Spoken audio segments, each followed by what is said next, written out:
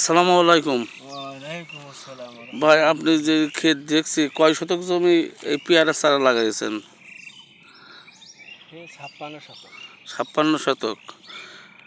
কত পিস আছে এখানে লাগাইছেন?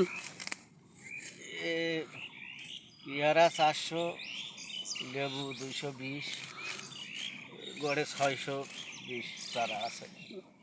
এই চারা কত করে পিস কিনেছিলেন পেয়ারার চারা? পেয়ারা 30 টাকা, লেবু 140 টাকা। পেয়ারা 30 টাকা পিস ভাই। 30 টাকা পিস। এই কোন জাতের পেয়ারা? এ 5 মিশরি। 5 মিশরি। 5 মিশরি। 5 মিশরি। কতদিন পরে ফল ধরবে? 7-8 মাস পরে থেকে পিপি মারা যাবে, ফল ধরবে। ফল ধরবে 7-8 মাস পরে থেকে। আর লেবু কোন জাতের লেবু লাগাইছেন? লেবু যে মান্ডারি। মান্ডারি না মালটা? এটা চায়না।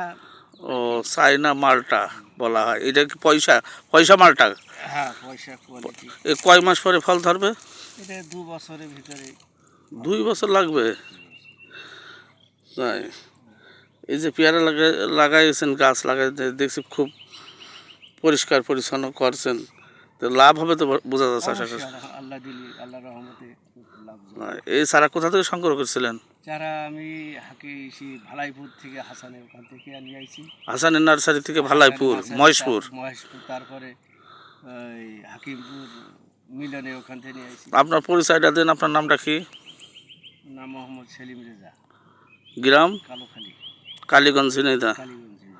দেখেন প্রিয় দর্শক, পেয়ারা চারা লাগাইছে কয় শতক বললেন? 56 শতক। কয় দিনের চারা? এ চারা এই বয়স 2-3 মাস বয়স আছে। 2-3 মাস বয়স আছে। 56 শতক জমি লাগাইছেন, আশা করছে লাভ হবে, সেই আশাই তো লাগাইছে। সবাইকে দেখার জন্য ধন্যবাদ।